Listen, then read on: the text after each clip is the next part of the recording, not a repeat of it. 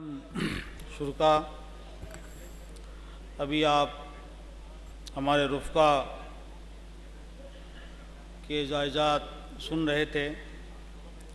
اب میں ان پر تبصرے کے لیے دعوت دیتا ہوں جناب نصرت علی صاحب، نائب امیر جماعت اسلامی ہند۔ العالمین والصلاة والسلام علی رسولہ الامین وعلی آلہ واصحابہ اجمعین الی یوم الدین۔ محترم امیر جماعت اسلامی ہند، ذمہ داران مرکز اور حلقہ جات، رفقائے محترم اور بہنوں، جماعت اسلامی ہند اقدار اور ان رفتار کار ایک جائزہ، اس پر ابھی ہمارے 20 رفقا نے، جس میں مرد بھی تھے اور خواتین بھی تھیں، اظہار خیال کیا ہے۔ ظاہر ہے یہ ارکان جماعت ہیں اور مختلف ریاستوں سے تعلق رکھتے ہیں، اور ارکان جماعت وہ ہوتے ہیں جو جماعت کو اصلاً چلاتے ہیں، جماعت کی شناخت ہوتے ہیں یا اور جماعت کی حفاظت کرتے ہیں۔ تو ان کی جو نظر ہوگی جماعت کے اندرون پر اور جماعت کے بیرونی سرگرمیوں پر، وہ کسی اور کی نہیں ہو سکتی، اس لیے کہ ہم سے زیادہ اپنے آپ کو کون سمجھ سکتا ہے سوائے اللہ کے۔ مگر ایک بات مجھے کہنا ضروری محسوس ہوتا ہے کہ بعض حضرات بزرگ بتاتے ہیں کہ یہ کوئی اچھی بات نہیں ہوتی کہ جب بولنے کے لیے کہا جائے تو خاموشی اختیار کی جائے، اور جب خاموش رہنا چاہیے اس وقت بولا جائے۔ یہ ہمارا ایک طرح سے خود احتسابی کا سیشن تھا، ہمیں اپنے حالات کا جائزہ لینا تھا گہرائی کے ساتھ، بے لاگ طریقے سے، بلکہ بے رحمی کے ساتھ۔ مگر افسوس کی بات ہے کہ بار بار یاد دہانی اور توجہ دہانی کے باوجود بھی ہمیں بروقت تحریریں موصول نہیں ہو سکیں، اور بعض تحریریں تو کل ہی موصول ہوئیں، بعض تحریریں چند تحریریں پہلے موصول ہوئی تھیں، مگر وہ بھی کچھ اس طرح کی تھیں کہ جن کا موضوع سے براہ راست تعلق نہیں تھا۔ چنانچہ اب بھی آپ نے میں دیکھا ہوگا کہ جو تحریریں یہاں پیش کی گئی ہیں ان میں اقدار سے تو زیادہ تعلق ہے، اور اچھی بات ہے، اقدار کی ہمارے نزدیک اہمیت ہے۔ رفتار کار سے بہت کم تعلق ہے، اور جن حضرات نے رفتار کار کے سلسلے میں اظہار خیال کیا ہے اس میں بھی تجاویز کا رنگ غالب ہے۔ حالانکہ عنوان کا تقاضا یہ تھا کہ ہم دیکھتے ہماری قدروں کا کیا حال ہے، اور ہم نے اب تک کیا حاصل کیا ہے، اور آگے ہم کس رفتار سے بڑھ رہے ہیں۔ یہ جائزے کا موضوع تھا، تجاویز کا نہیں تھا۔ تجاویز کا موضوع بھی کسی وقت رکھا جا سکتا ہے، اور آتا ہے اس کا موقع بھی۔ بہرحال ہمارے سامنے جو باتیں آئی ہیں، جن حضرات نے جو تحریریں بھی ہمیں پیش کی تھیں، وہ تو یہ مصلحت تھی، ہم نے پہلے اس لیے منگائی تھی کہ تحریریں بہت زیادہ آنے کی توقع تھی، اور وقت ہمارے پاس محدود ہوتا ہے۔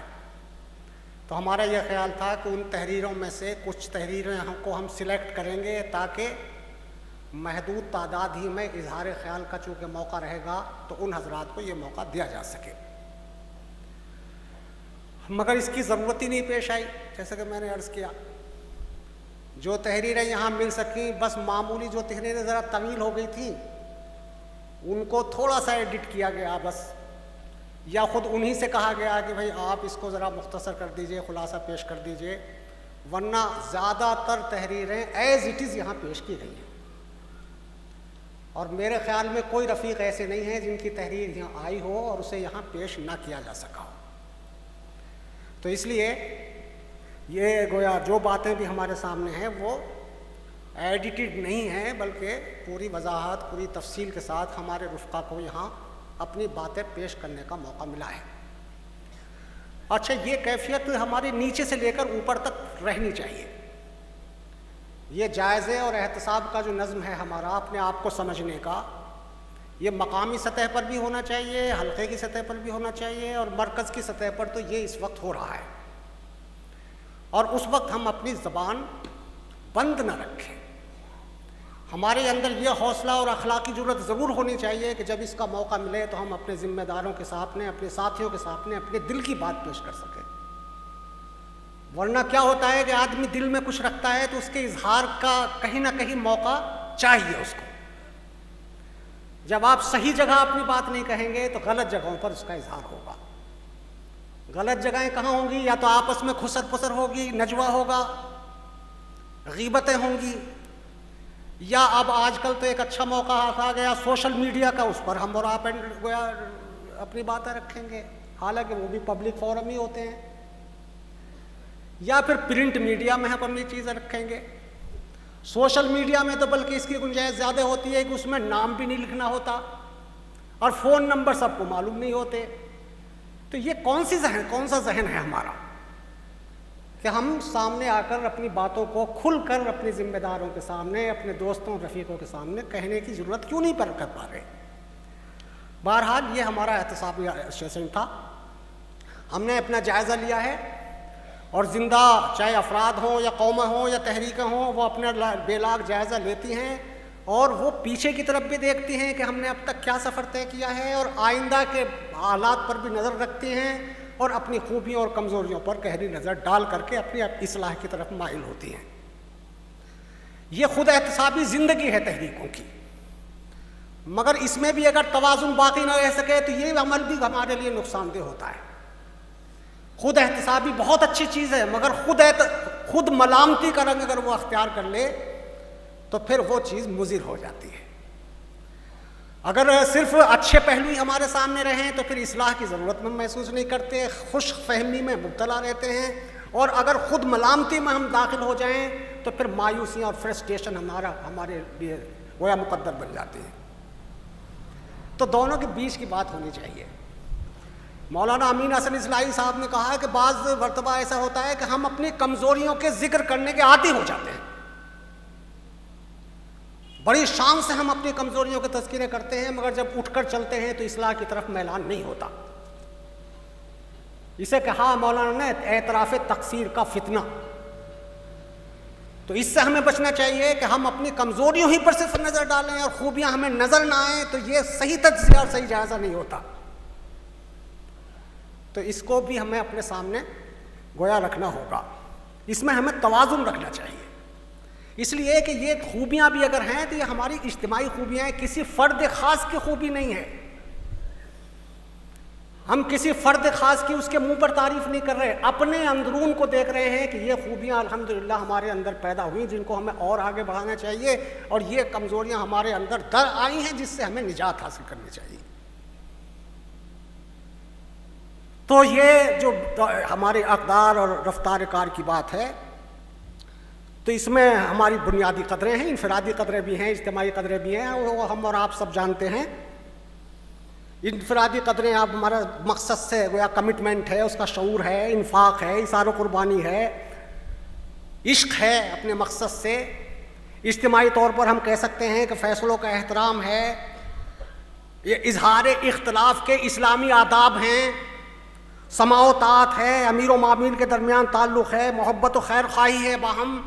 یہ ساری ہماری قدریں رہی ہیں اور آج بھی ہیں، اور یہ بات ہمیں سامنے رکھنا چاہیے کہ یہ قدریں صرف قدریں ہی نہیں ہیں، یہ ہماری آئیڈیالوجی، نظریے اور فکر کا حصہ ہیں۔ ایک تو بات یہ ذہن میں رکھنی چاہیے کہ یہ قدریں اگر نہ ہوں تو یہ آئیڈیالوجی آگے بڑھ نہیں سکتی، اس لیے کہ کتنا ہی پاکیزہ نظریہ ہو اور کتنا ہی اعلیٰ درجے کا گویا فکر ہو اور آئیڈیالوجی ہو، اس کو افراد ہی زمین تک لے جاتے ہیں، ورنہ وہ نظریہ اور فکر تو کاغذوں میں رہتا ہے۔ اور وہ افراد اور نظریہ رکھنے والے افراد کے اندر اگر یہ قدریں موجود نہ ہوں تو وہ تحریک اور وہ نظریہ ایک قدم بھی آگے نہیں بڑھ سکتا۔ تو یہ ہمارے لیے ہماری آئیڈیالوجی کا حصہ بھی ہیں اور ہماری آئیڈیالوجی کو آگے بڑھانے کے لیے لازمی ذریعہ ہیں. تو اس پہلو سے ہمیں دیکھتے رہنا چاہیے. تو ان قدروں کی گویا جس طرح سے پاسداری ہمارے بزرگوں نے کی ہے اور اب تک یہاں تک لے کر آئے ہیں، ان قدروں کے ساتھ اس کی ایک تاریخ ہے جس کا یہاں موقع نہیں ہے. البتہ جو ہمارے جن حضرات نے اظہار خیال کیا ہے، بہت سی باتیں ہمارے سامنے آ گئیں.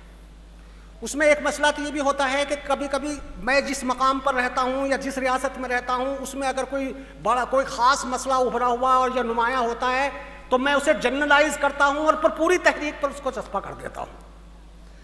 اس لیے کہ آدمی کی تو نظر محدود ہے نا، اور انسان زمان اور مکان کا پابند ہے. تو کبھی کبھی کیا ہوتا ہے کہ میں جس مقام پر رہتا ہوں وہاں اگر کوئی رفقا کا کوئی خاص کمزوریاں ہے، امیر مقامی کی کوئی خاص کمزوریاں ہیں، تو اسے میں جنرلائز کر کے یہ خیال کر لیتا ہوں کہ یہ پوری جماعت میں ایسا ہی ہو رہا ہوگا.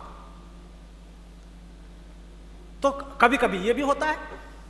اچھا، کبھی یہ بھی ہوتا ہے کہ صحیح معلومات ہمیں نہیں ہوتی.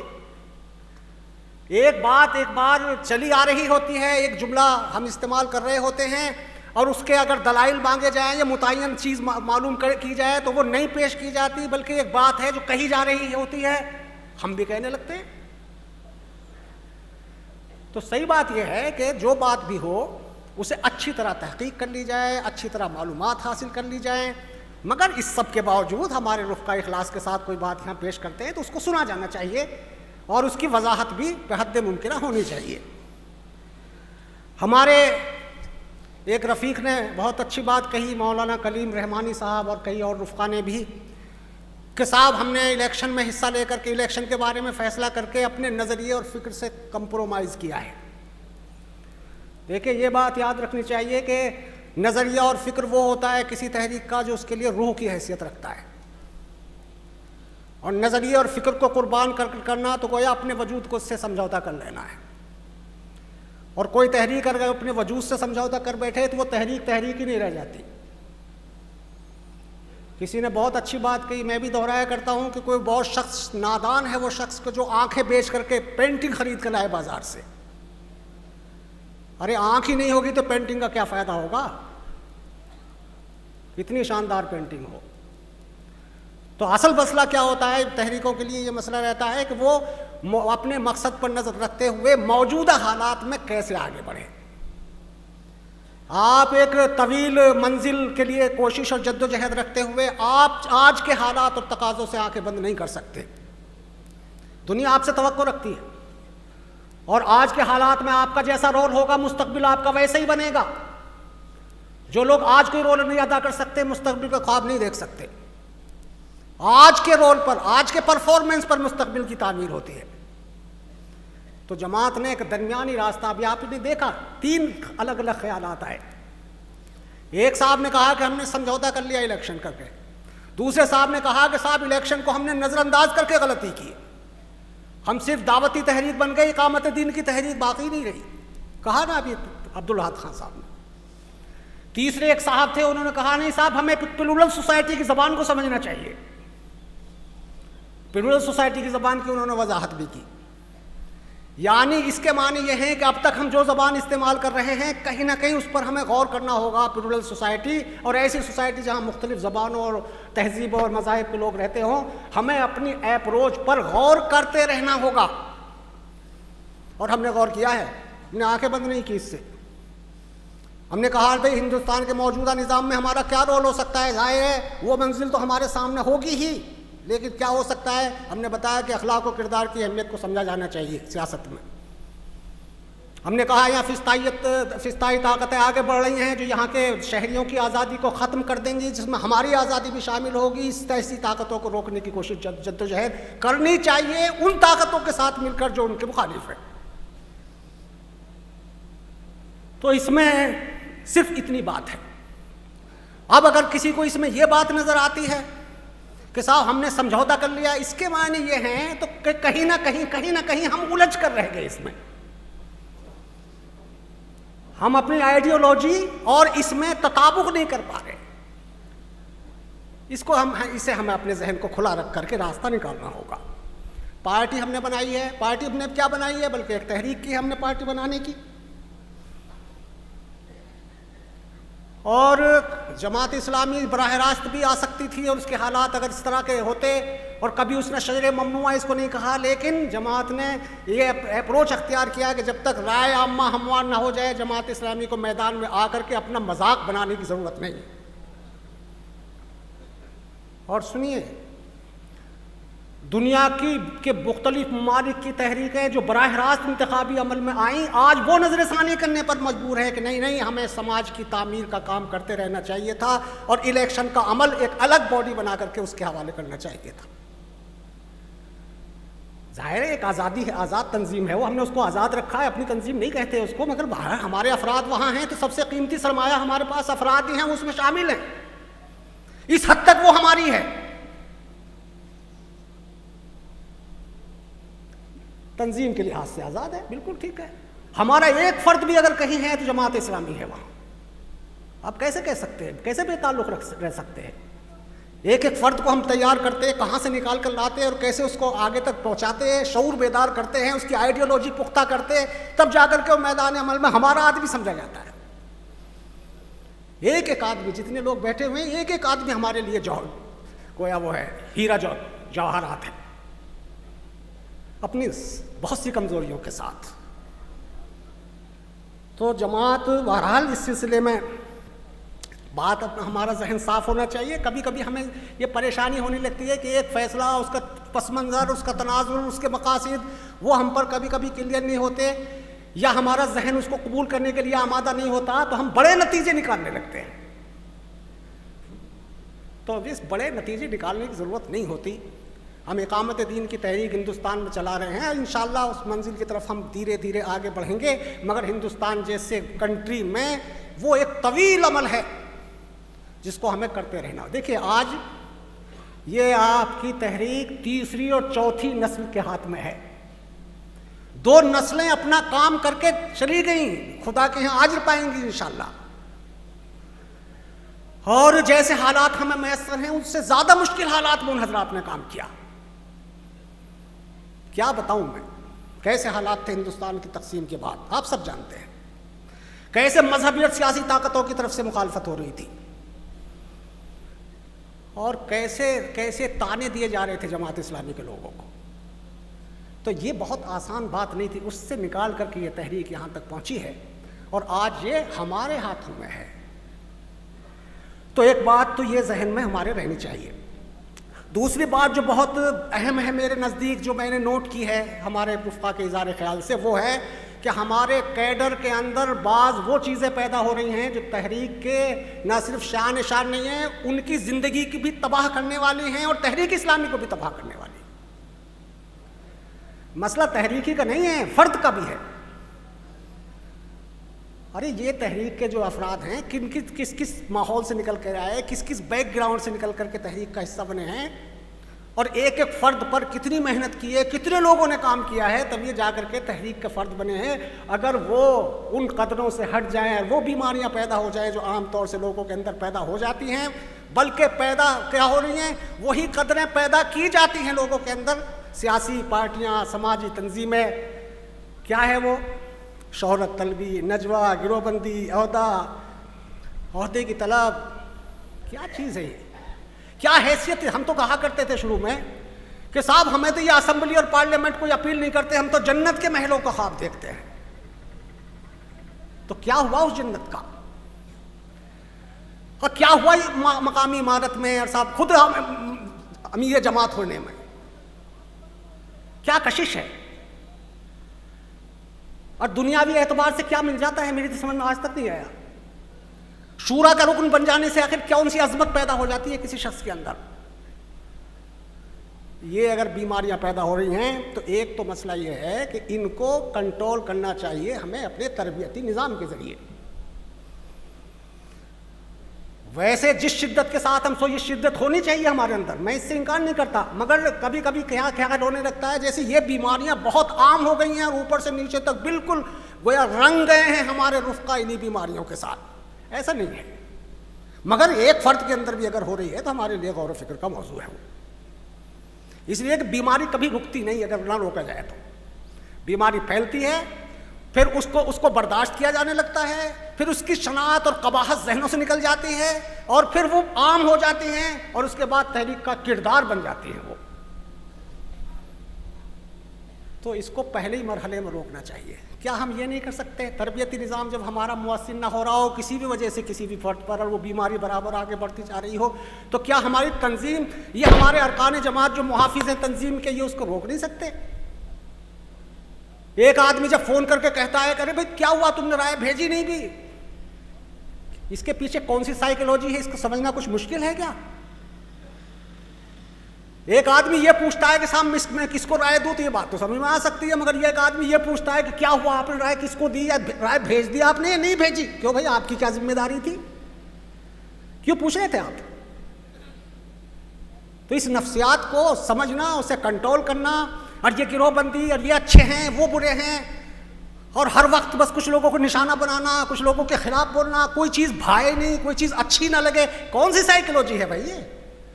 تو ہم نہیں روک سکتے کیا؟ اور دیکھیے ہم ہی روک سکتے ہیں، سچی بات یہی ہے. یہ ان مرکز والوں کے بس کی بات نہیں ہے، اس لیے کہ شکایت تو کرتے ہیں مگر دلیل ہوتی ہی نہیں کچھ. وہ کہتا ہے ہم نے تو نہیں کیا صاحب، اب بتائیے آپ نے کہہ رہے ہیں تو ثابت کیجئے. صحیح بات ہے بھائی، کسی کے خلاف آپ تعدیب کریں گے تو دلیل تو چاہیے، ثبوت تو چاہیے. ایسے عناصر کو روکنا، جماعت کو ان سے بچانا، یہ بے حد ضروری ہے. اب ایک بات آئی کہ صاحب رکن ہمارے لوگ جلدی سے بن جاتے ہیں، اس لیے یہ بیماریاں آ رہی ہیں. اچھا رکن ہی کون بناتا ہے؟ ہم ہی تو بناتے ہیں. ہم کس سے کہہ رہے ہیں یہ بات؟ بھائی مقامی سطح پر کوئی درخواست رکنیت آتی ہے تو مقامی سطح پر ارکان جماعت بیٹھ کر کے غور کرتے ہیں کہ یہ فرد موزوں ہے جماعت کے لیے، نہیں ہے، اس کے اندر کیا کمزوریاں ہیں، کیا خوبیاں ہیں، کون سی کمزوریاں وہ ہیں جو ابھی کنٹرول میں ہونی چاہیے، کون سی کمزوریاں وہ ہیں جو بعد میں رکن بننے کے بعد بھی قابو جن پر پایا جا سکتا ہے. انسان فرشتہ تو نہیں ہوتا. تو ہم کس سے کہہ رہے ہیں یہ بات؟ اور سب سے زیادہ کسی فرد کو تو مقامی نظم ہی سمجھ سکتا ہے. اگر ہم جماعت کے لیے مخلص ہیں، بلا شبہ مخلص ہیں، اور یاد رکھیے کہ کسی کے اخلاص پر کوئی شبہ نہیں ہو سکتا. یہ بیماریاں ہمارے اندر بعد میں پیدا ہوتی ہیں. جو آتا ہے اخلاص کے ساتھ آتا ہے اور اخلاص کے ساتھ کام کرتا ہے. کچھ افراد ایسے ہو سکتے ہیں جو وہ اخلاص کہیں متاثر ہو سکتا ہے، مگر ہم انگلی رکھ کر اس کے بارے میں بھی یہ فیصلہ نہیں کر سکتے کہ وہ غیر مخلص ہو گیا. تو سوال یہ ہے کہ پھر تحریک کو ایسے افراد سے بچانا، تحریک کو ایسے عناصر سے پاک کرنا، یہ تو ہماری ذمہ داری قرار پاتی ہے نا. یہ ہم کوشش کریں، نظر رکھیں. بلیک شیپس کون کون سی ہیں اس پر نظر رکھنے کی کوشش کرنی چاہیے. نہیں بلیک شیپس اور وائٹ بلیک شیپس، وائٹ تو بہت سی ہیں الحمدللہ، بلیک شیپس کو تلاش کرنا ہوتا ہے. تلاش کرنے کا معنی تجسس نہیں ہے، لیکن جب رویہ تو ہمارے سامنے ہے، نیت تو ہم نہیں جان سکتے مگر رویے کو تو دیکھتے ہیں. ایک بات یہ آئی ہے باصلاحیت افراد کی تیاری. باصلاحیت افراد کی تیاری بلا شبہ بہت ضروری ہے. کون اس سے انکار کر سکتا ہے؟ اور ہم بھی اس پر کی اہمیت کو سمجھتے ہیں، آپ بھی سمجھتے ہیں. ہمارے اچھے خطیب ہوں، اچھے لکھنے والے لوگ ہوں، اچھے جرنلسٹ ہوں، اور بھی خوبیوں کے مالک ہوں. اور اس سلسلے میں جماعت نے شروع میں کوشش کی تھی، ثانوی درسگاہ قائم کی، بعد میں ہمارا تحقیق تصنیف کا ادارہ قائم ہوا. اب اسلامی اکیڈمی کام کر رہی ہے، اسٹڈی اینڈ ریسرچ کا ہمارا شعبہ کام کر رہا ہے، جو تحقیق کا کام بھی. اس کی ضرورت کو جماعت نے محسوس کیا اور اس طرح کے ادارے کھڑے کیے، وہ کام کر رہے ہیں. لیکن یہ بات بالکل صحیح ہے کہ جب تک کہ اس لیے کہ میڈیوکر لوگوں سے نئی تحریک نہیں چلا کرتی، نئی دنیا نہیں بنائی جا سکتی. نئی دنیا وہی لوگ بنا سکتے ہیں جو اعلیٰ درجے کی صلاحیت رکھتے ہوں. تو یہ اعلیٰ درجے کی صلاحیتیں کیسی ہوں؟ ہمارے نزدیک یہ بات کافی نہیں ہے کہ وہ اعلیٰ درجے کے خطیب ہوں، اور وہ تو بہت فنی خوبیاں تو بہت ضروری ہیں، مگر فنی خوبیوں کے ساتھ اسلامی تعلیمات کا گہرائی سے ان کا مطالعہ ہونا چاہیے. ہمارے لیے دونوں چیزیں ضروری ہیں، اور کمٹمنٹ بھی ضروری ہے تیسرا. تو ان تین خوبیوں کے لوگ انشاءاللہ ہم تیار کریں گے. ہماری ضرورت ہے، ہم تیار کر رہے ہیں، تیار انشاءاللہ کرتے چلے جائیں گے، اور باصلاحیت افراد آئیں گے. ہمارا شعبہ تربیت کام کر رہا ہے، ہمارا HRD ڈپارٹمنٹ کام کر رہا ہے. اور بھی آپ حضرات دیکھیں افراد کو کہ جو اچھے افراد ہیں انہیں لائیں اپنے اندر سے نکال کر کے، خود بھی ان کی تربیت کریں، صلاحیتوں کو بڑھائیں، اور ان شعبوں کے حوالے بھی کریں. اب رہ جاتی ہے بات کہ دنیا کی نئی لٹریچر کی بات آئی ہے، بھی نئی لٹریچر صحیح بات ہے، ہمارا جو پرانا لٹریچر ہے اس کی تو کوئی قدر و قیمت کوئی کم کر ہی نہیں سکتا۔ میں آپ سے بتاتا ہوں، مجھے ایک ایسی میٹنگ میں شرکت کا موقع ملا، اور حضرات بھی شریک ہوتے رہتے ہیں، مگر میں اپنا تجربہ بتاتا ہوں، جس میں دنیا بھر کی اسلامی تحریکوں کے لوگ موجود تھے، اور ہر ملک کے میں کیا ہو رہا ہے، اسلامی خدمت کیا ہو رہی ہے، اسلامی تحریک کیسے چل رہی ہے، اس کا جائزہ ہو رہا تھا۔ ایک صاحب نے، بہت لوگ نام لیتے ہیں ان کا، راشد الغنوشی صاحب، اب تو ہمارے ٹھیک بات ہے، ان کی خدمات ہیں، ان کی صلاحیتیں ہیں،